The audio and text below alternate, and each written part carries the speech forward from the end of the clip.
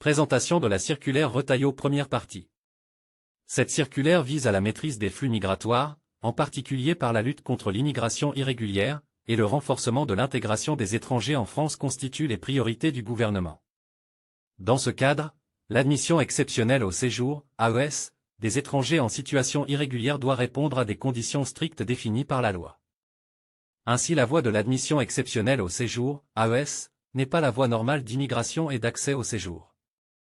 Visant des étrangers en situation irrégulière, elle doit demeurer une voie exceptionnelle, car dérogatoire aux logiques classiques d'admission au séjour. Afin de répondre, conformément à son objet, à des situations présentant des enjeux humanitaires ou exceptionnels. Pour répondre à ces enjeux, dans le strict respect du cadre législatif, il est nécessaire de définir de nouvelles orientations générales, adaptées à la situation migratoire de notre temps, selon les principes suivants. L'admission exceptionnelle au séjour doit revêtir un caractère dérogatoire et exceptionnel tel qu'elle est prévue aux articles L. 435A1 et suivants du Code de l'entrée et du séjour des étrangers et droit d'asile, CESEDA. Le niveau d'exigence en termes d'intégration des étrangers à notre société doit être renforcé, notamment au travers de leur engagement à respecter les principes de la République.